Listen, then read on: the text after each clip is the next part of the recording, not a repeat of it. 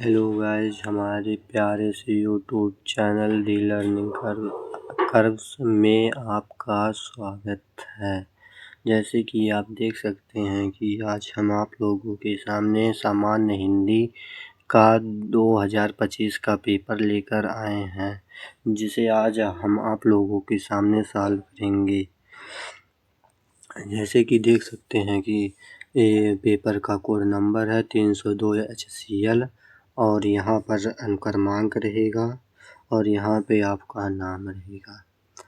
और ये पेपर 3 घंटे 15 मिनट का होता है, जिसमें 15 मिनट से प्रश्न पत्र पढ़ने पर निर्धारित किया गया है। और ये 100 नंबर का पेपर होता है हिंदी कक्षा 12 में। यहाँ पर देख सकते हैं कि निर्देश दिया गया है, 2 निर्देश दिया गया है। पहला निर्देश संपूर्ण प्रश्न पत्र 2 भाग खंड का तथा खंड खा में विभाजित है। दूसरा, दोनों खंडों के सभी प्रश्न के उत्तर देना अनिवार्य है। खंड का कक्षा में हिंदी गद्य से 5 बहुविकल्पिक प्रश्न पूछे जाते हैं, जो ये है। पहले का पुनर्वा उपन्यास के लेखक हैं हजारी प्रसाद द्विवेदी। दूसरा, महके आंगन चहके द्वार के लेखक का नाम कन्हैया लाल मिश्र प्रभाकर जी हैं। संस्कृत के 4 अध्याय के लेखक हैं रामधारी सिंह दिनकर हैं। मुंशी प्रेमचंद्र द्वारा संपादित पत्रिका हंस है। पांचवा, निम्नलिखित में से कौन सी रचना आगे का यात्रा वृत्तांत है? 1, बोध साहस उछली। और दूसरे का ये पद्य का है। चितंबरा कृति की रचनाकार किसकी रचनाकार की है? तो ये सुमित्रानंदन पंत का है। कामायनी महाकाव्य किस काल की कृति है? तो छायावादी काल की कृति है। तीसरा, सप्ताह का प्रकाशन वर्ष, तो ये 1959 में हुआ था। रामधारी सिंह दिनकर को काव्यकृत उर्वशी पर कौन सा पुरस्कार प्राप्त हुआ था? तो ये हुआ था ज्ञानपीठ पुरस्कार प्राप्त हुआ था।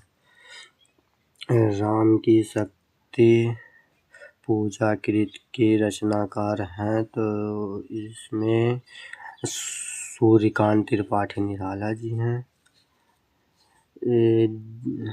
तीसरा प्रश्न है, दिए गए गद्यांश पर आधारित निम्नलिखित प्रश्नों के उत्तर दीजिए। तो ये अथवा में 2 है, अथवा 1 करना है। 5 नंबर मिलेंगे, 10 नंबर मिलेंगे। 5 क्वेश्चन रहेंगे, एक क्वेश्चन पे 2-2 नंबर। तो इसमें देख सकते हैं, पहला प्रश्न पूछा है, उपर्युक्त गद्यांश का संदर्भ लिखिए।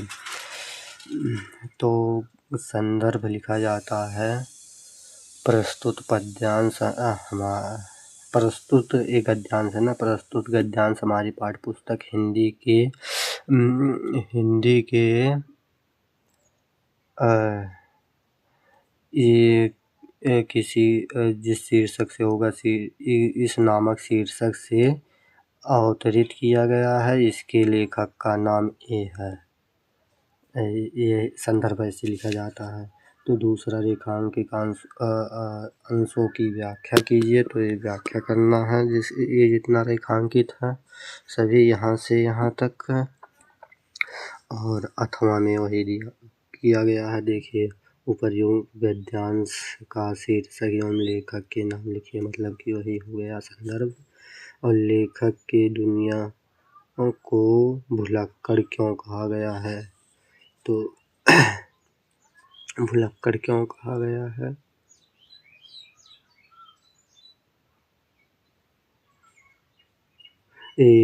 इसका आंसर होगा यह केवल उतना ही याद रखती है जितना कि उसका स्वार्थ है, समाधान है।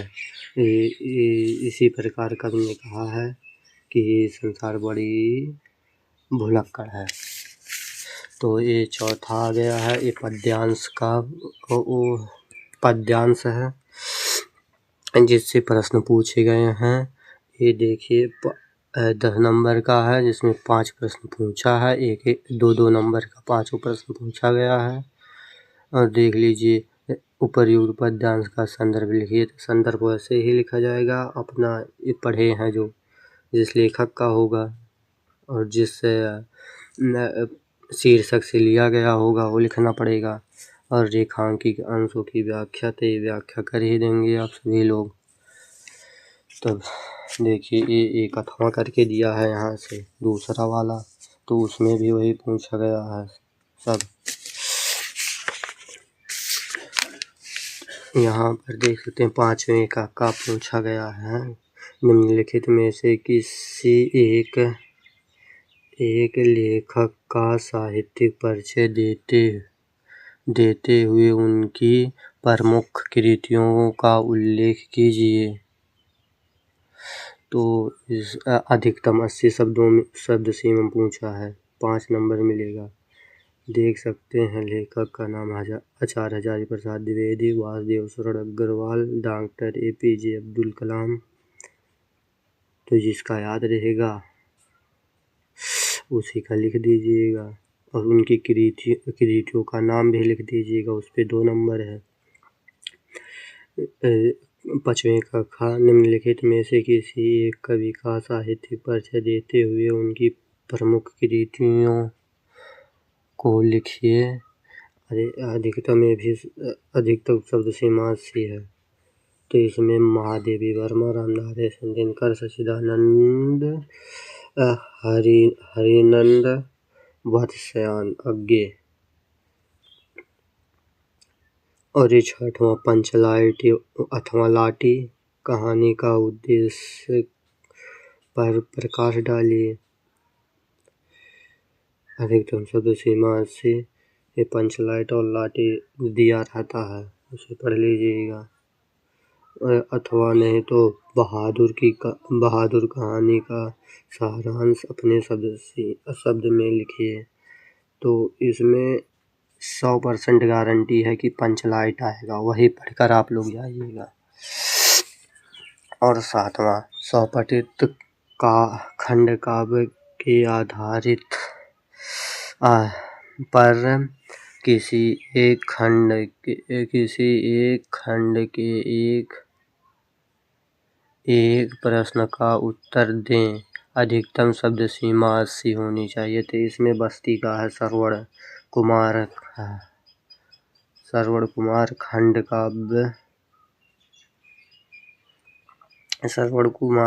काव्य के आधार पर दशरथ का चित्रण कीजिए, या तो श्रवण कुमार खंड काव्य के चतुर्थ सर्ग की कथा संक्षेप में लिखिए। तो ये बस्ती का श्रवण कुमार है और जिस जिले के आप होंगे उसी हिसाब से पढ़िएगा। देख सकते हैं आप सभी लोग, ये 6 दिया है जिसमें सब में 8वां करके दिया है। आप सब पढ़ के जाइएगा और बिना लिखे ये दोनों मत आइएगा, 7वां और 6वां। खंड खा गया है, इसमें संस्कृत और व्याकरण है। खंड खा में 8वें का देख सकते हैं। दिए गए संस्कृत गद्यांश में से किसी एक का संदर्भ हिंदी में अनुवाद कीजिए। संदर्भ हिंदी में अनुवाद कीजिए, मतलब कि संदर्भ भी लिखना पड़ेगा इसका और हिंदी में अनुवाद करना रहेगा, इतना बड़ा सबका पूरे का। तब संदर्भ पे 2 नंबर मिलेगा और हिंदी अनुवाद भी 5 नंबर। तो पूरा मिला के हो जाएगा 7 नंबर। एक संस्कृत गद्यांश है, ये संस्कृत पद्यांश है खा वाला, ये 8वें का खा है। तो दिए गए पद्यांश में से किसी एक का संदर्भ हिंदी में अनुवाद कीजिए। तो संदर्भ तो आप सब लिख ही लेंगे और अनुवाद भी कर लेंगे हिंदी में। तो इसका संदर्भ ऐसे लिखा जाता है। प्रस्तुत संस्कृतांश हिंदी के शीर्षक सिर्फ याद कर लेना, इसमें लेखक होते रहे संस्कृत में। उस नामक शीर्षक से अवतरित किया गया है, इसे लिखिएगा, अवतरित लिखिएगा तो कुछ संस्कृत से मिलता जुलता रहेगा। और आप सब ये देख लीजिए 9वां क्वेश्चन है। तो निम्नलिखित मुहावरों और लोकोक्तियों में से किसी एक का अर्थ लिखकर वाक्य में प्रयोग कीजिए। तो मुहावरों में एक का 4 में से एक का करना है तो हो ही जाएगा।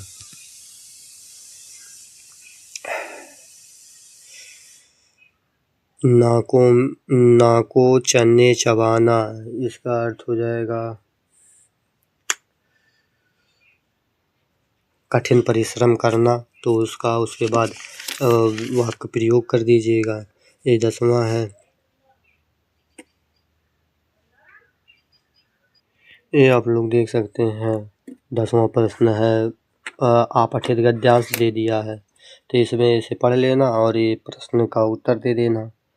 ये प्रश्न का उत्तर अपठित गद्यांश 5 नंबर में आता है। देखो 3 क्वेश्चन दिया है, जिसमें से देख सकते हैं 2-2 क्वेश्चन 2-2 नंबर का है और 1-1 नंबर का है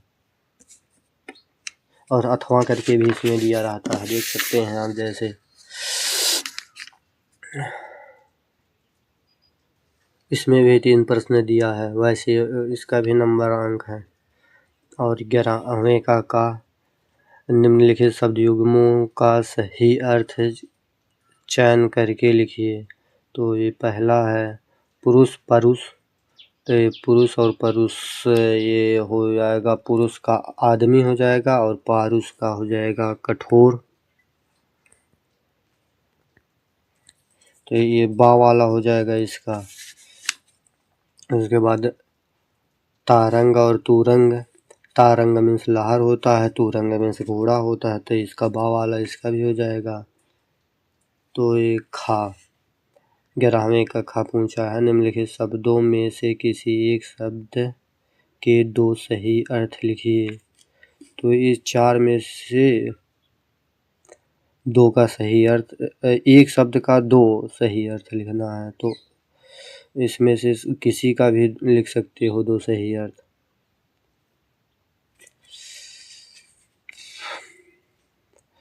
और ये गा वाला है 11वें का गा। तो निम्नलिखित वाक्यांशों के लिए एक सही शब्द का चयन करके लिखिए। तो जिसके पास कुछ ना हो तो आकिंचन हो जाएगा, ऐसा वाला हो जाएगा इसका। और ये दूसरा जो कहा ना जा सके तो इसका अकथनीय हो जाएगा। तो यहाँ और 11वें का घाई है। तो निम्नलिखित में से किन्हीं 2 वाक्यों को शुद्ध करके लिखिए। तो इसमें चारों में से 2 को किसी का शुद्ध करके लिख देना है। तो ये 1-1 नंबर दोनों पर मिल जाएगा, 2 नंबर का हो जाएगा। ये 12वां है। ये व्याक है, ये है रस है। इसमें रस अलंकार और छंद है। तो इसमें का पूछा है 12वें का वीर रस अथवा करुण रस का अस्थाई भाव लिखकर उदाहरण दीजिए। तो इसमें वीर रस या करुण रस में से एक का अस्थाई भाव लिखकर एक उदाहरण लिख देना है। तो इसमें 2 नंबर ये मिल जाएगा। फिर खा वाला उपमा अलंकार अथवा रूपक अलंकार का लक्षण एवं उदाहरण लिखिए। तो इसके उपमा या रूपक का एक लक्षण लिखकर उसका उदाहरण एक लिख देना है। गा चौपाई छंद अथवा कुंडली छंद का लक्षण तथा उदाहरण लिखिए। तो चौपाई या कुंडली का एक लक्षण लिख देंगे, उसके बाद उदाहरण एक लिख देंगे। तो ये 6 नंबर तो फिक्स रहेगा। इतना तो पढ़े ही होंगे। ये 13वां है। बैंक में खाता खोलने के लिए बैंक प्रबंधक को प्रार्थना पत्र लिखिए। तो इसमें 4 नंबर लिखने पे मिलेगा और 2 नंबर